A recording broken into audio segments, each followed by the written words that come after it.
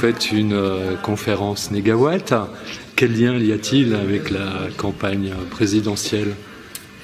Alors, le scénario négawatt est un scénario de transition énergétique jusqu'en 2050 sur le territoire national.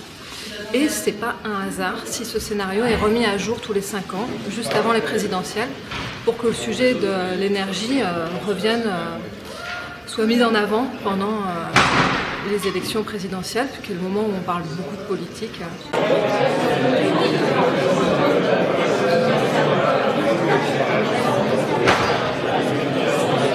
Conférence de ce soir sur l'économie des énergies m'intéresse au plus haut point, au niveau de la ville, de l'agglomération, du pays et en général de la vie du monde entier, parce que si on ne prend pas maintenant un bras-le-corps, on refilera vraiment une planche pourrie à nos enfants.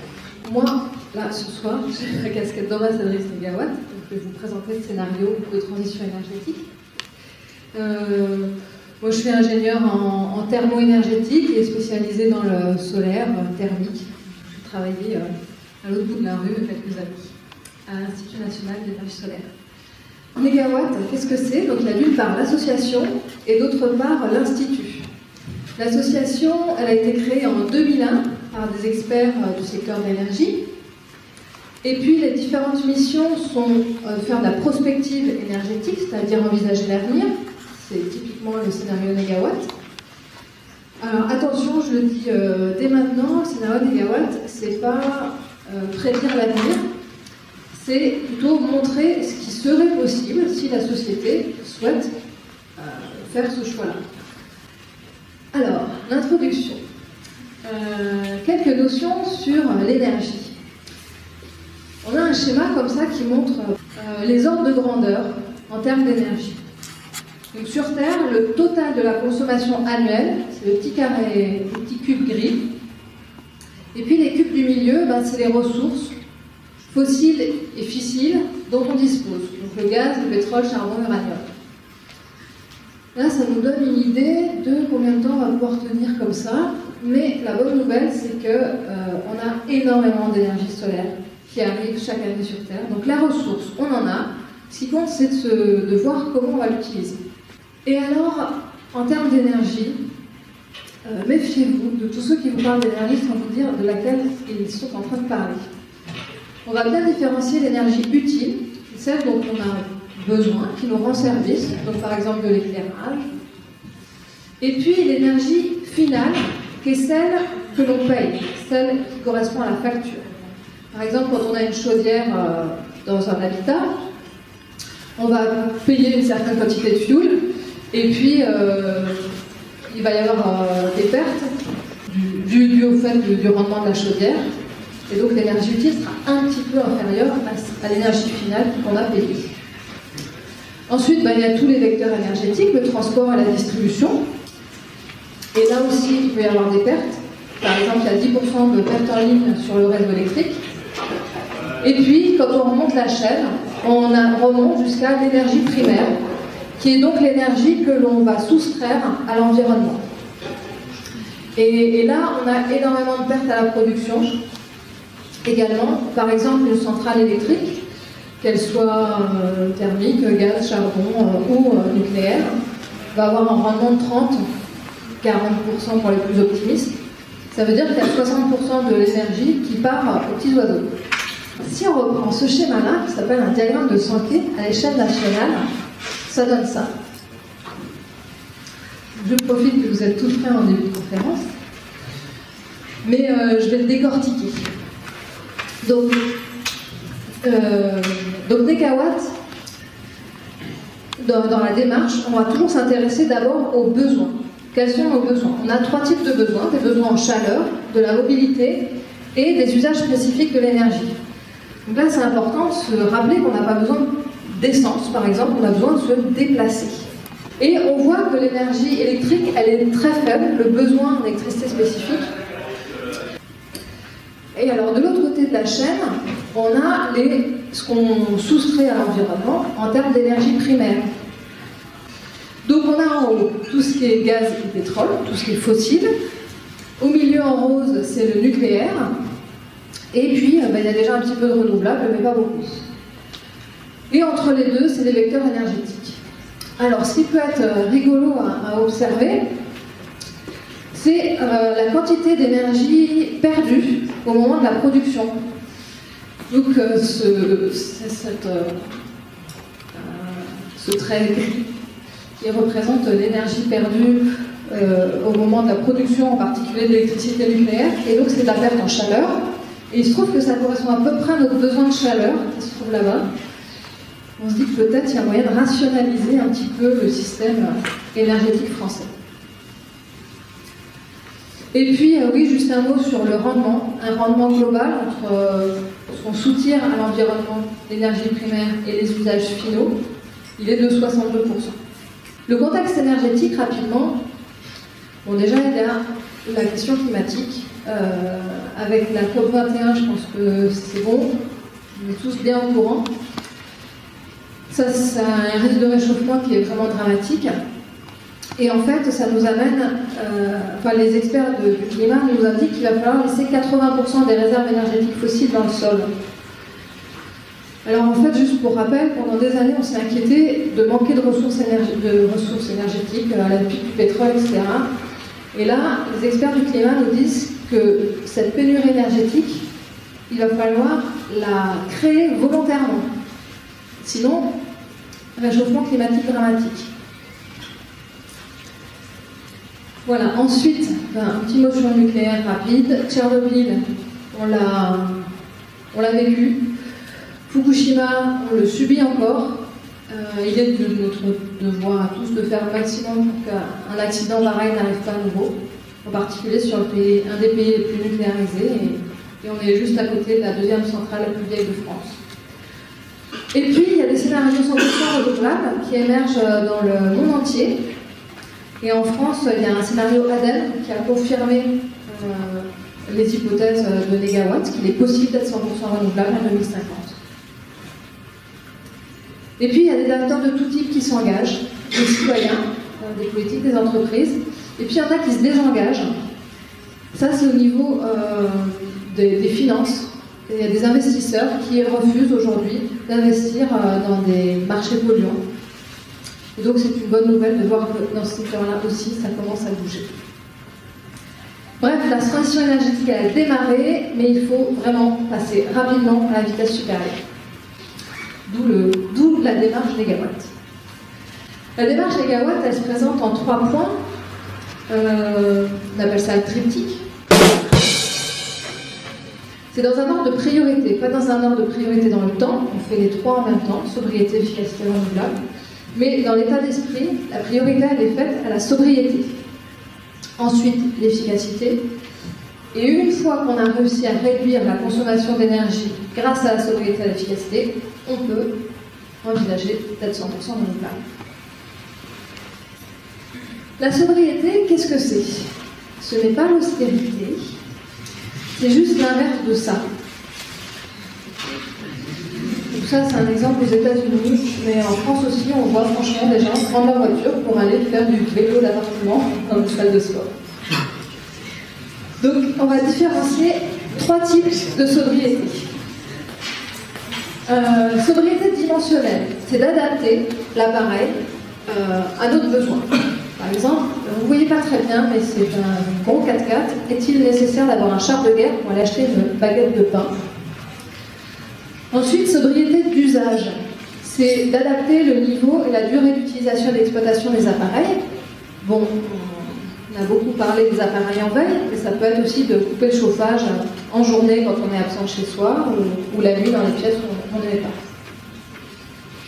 Ensuite, la sobriété coopérative, c'est d'utiliser une organisation collective du territoire à l'urbanisme et de mutualiser, par exemple, tout simplement le covoiturage. Voilà pour les 3 sobriétés. Et maintenant, on va différencier 4 types d'efficacité. La première, elle s'appelle l'efficacité à la fabrication. Celle-là, elle concerne l'énergie grise. Alors, j'en ai pas parlé. L'énergie grise, c'est l'énergie qui est consommée pour fabriquer et recycler les matériels qu'on achète. Et ça, donc, on peut réduire cette énergie grise en optimisant la fabrication et le recyclage.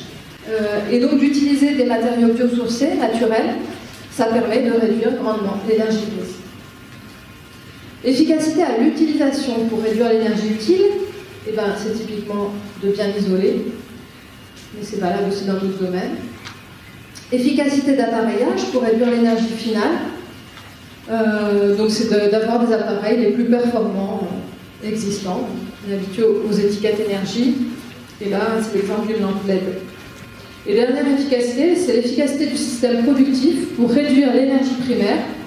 Donc là, j'en ai parlé avant, on a énormément de pertes au moment de la production, au niveau de l'énergie primaire, alors qu'on pourrait utiliser des systèmes performants comme la cogénération qui permet à la fois de produire de l'électricité et de récupérer la chaleur plutôt que de la perdre.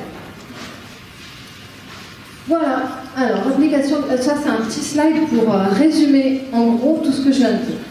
La démarche Agawatt, elle démarre par se questionner sur les besoins, donc les services. Et c'est là qu'on peut faire en gros plutôt de la sobriété. Et puis on remonte la chaîne. Au moment des vecteurs énergétiques, c'est là qu'on peut faire preuve d'efficacité. Et on remonte la chaîne jusqu'à la production, donc aux ressources et substitution, donc substituer le fossile et le nucléaire pour du renouvelable. Voilà pour la démarche mégawatt. On va pouvoir entrer dans le cœur du sujet, qui est le scénario. Alors c'est un scénario réaliste et soutenable. Le principe, c'est de hiérarchiser les solutions.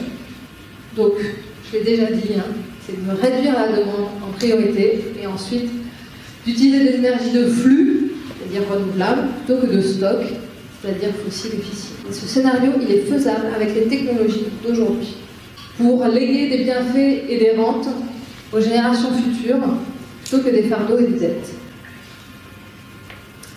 Alors, la demande d'énergie. Tout d'abord, le bâtiment, c'est-à-dire le résidentiel où on habite, et le tertiaire où on travaille. Alors, c'est un domaine qui est vachement important, le bâtiment, parce qu'il représente 43% du total d'énergie finale consommée. Tout compris, transport, industrie compris, le bâtiment, c'est quasiment 50% de la consommation.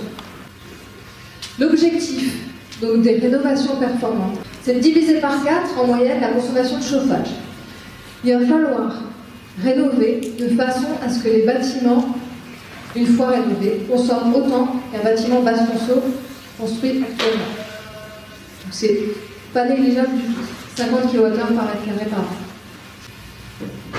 Et donc pour ça, il faut mettre des solutions techniques simples, et ça existe, et d'augmenter progressivement le rythme de rénovation jusqu'à arriver à 1,1 million d'équivalents logements rénovés par an, et ce pic de rénovation il sera en 2025.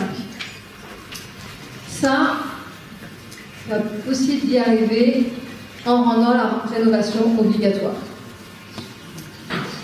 Et bien entendu, pour que ce soit faisable, il faut un accompagnement à la fois technique mais surtout financier pour que cette obligation ne soit pas irréalisable. Et toujours une petite bonne nouvelle pour la fin, c'est 300 000 emplois à la clé, non délocalisables. Maintenant, sur l'électricité, on va pouvoir diviser par deux, enfin on peut diviser par deux, la consommation d'électricité à la fois dans le résidentiel et dans le tertiaire. Et donc il ne s'agit pas de tout réduire, il y a des domaines où il va falloir accepter de consommer plus d'électricité. Donc dans le tertiaire, c'est pareil. Il y a vraiment plein de secteurs qui ont été pris en compte et ils ont été réduits en proportion de ce qui est possible. Maintenant, le secteur du transport. C'est un secteur également très important, surtout en termes de gaz à effet de serre. C'est le secteur le plus émetteur. Et puis c'est un secteur qui est fortement dépendant du pétrole. Et puis il y avait des aménagements du territoire qui ont franchement favorisé le trafic routier. À tel point qu'on a vu un effondrement du fret ferroviaire qui a été divisé par 2 entre 2000 et 2010. Et à l'inverse, une explosion du trafic aérien avec plus 50% de kilomètres faits par avion en 15 ans. Et c'est le mode de transport le plus polluant. Alors, sur le transport, les hypothèses, donc sur la mobilité des personnes, les hypothèses, en termes de sobriété, c'est réduction des distances parcourues par an et par habitant, mais vous allez voir, c'est différencié. Donc au niveau aérien, on divise par 2 les distances parcourues. Ça fait qu'on revient dans 30 ans, on aurait autant de kilomètres parcourus par avion qu'il y a 20 ans. Il faut vraiment faire un effort sur l'avion, parce que c'est le secteur le plus polluant. Les voyages à l'autre bout du monde chaque année, c'est pas envisageable à long terme pour tout le monde.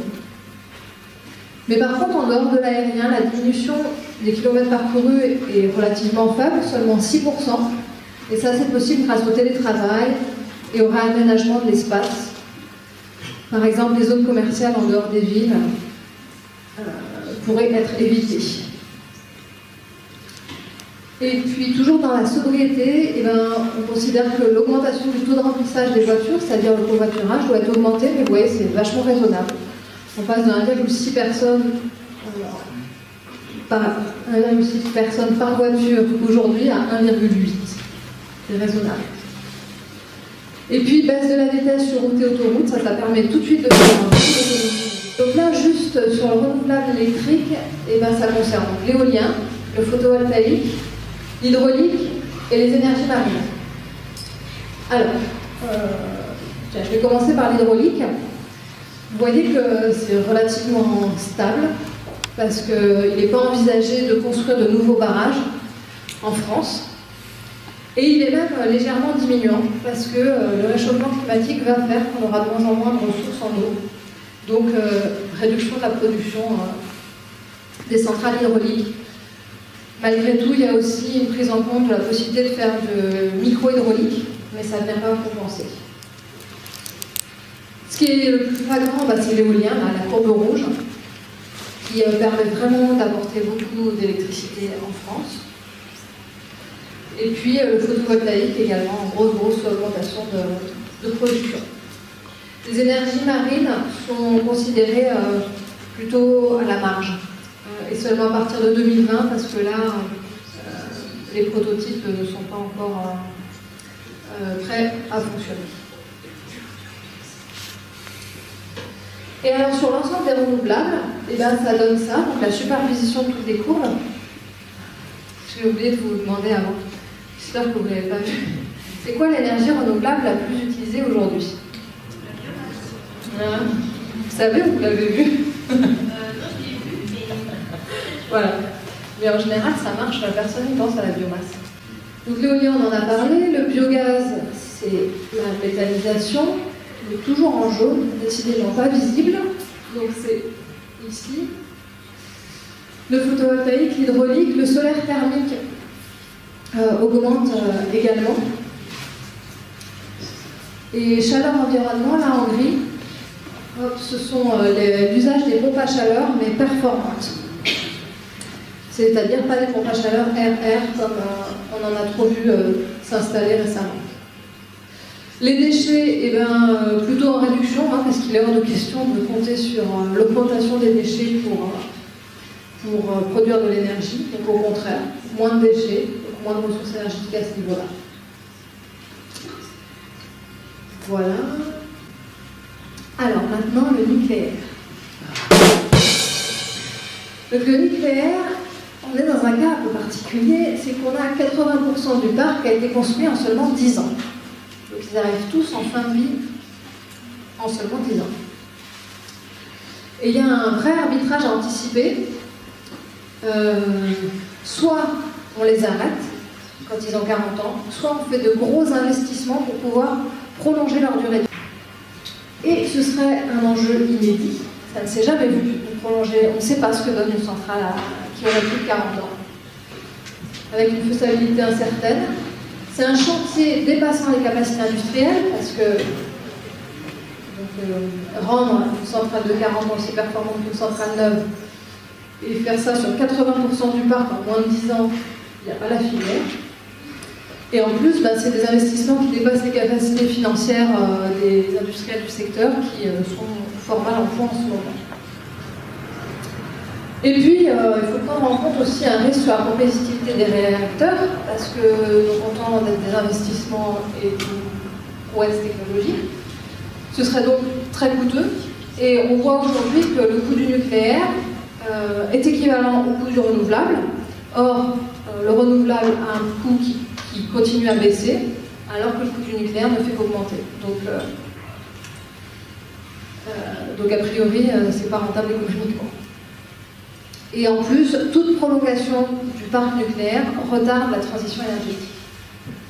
Bref, dans le scénario négawatt, l'arrêt des réacteurs à 40 ans, c'est la règle, et avec même une fermeture du dernier réacteur en 2035.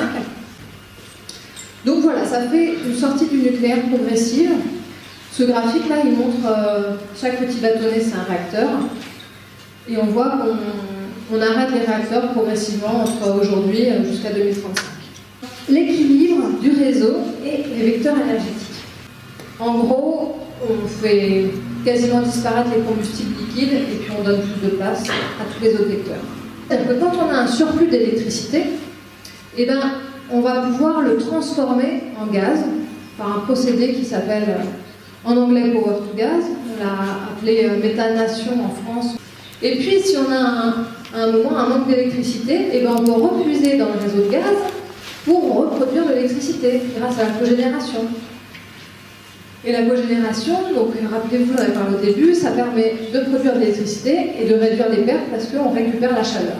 Et la chaleur, elle est envoyée vers les réseaux de chaleur. Et tout ça, ça peut être récupéré grâce à des réseaux locaux. Et donc ce qu'on voit ici, c'est à la fois un moyen de stockage à long terme, sécurisé et intéressant, et puis un moyen aussi de relocaliser la gestion de l'énergie. Alors, bilan. Donc d'abord, bilan énergétique.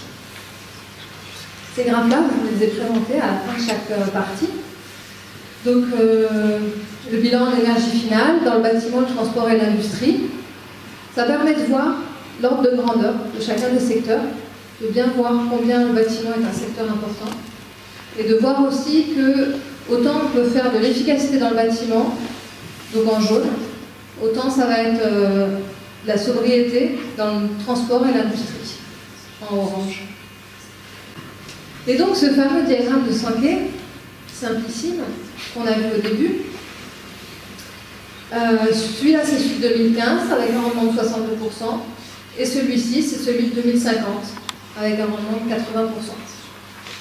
Donc on voit qu'on a réussi à faire quasiment disparaître le fossile et le fissile, il reste 1%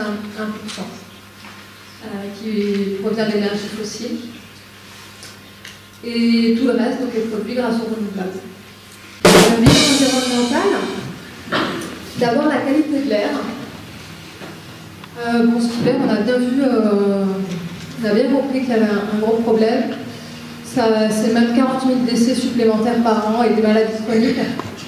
Et grâce au scénario négawatt, on arrive à diviser par 3 les émissions polluantes dues au secteur du transport.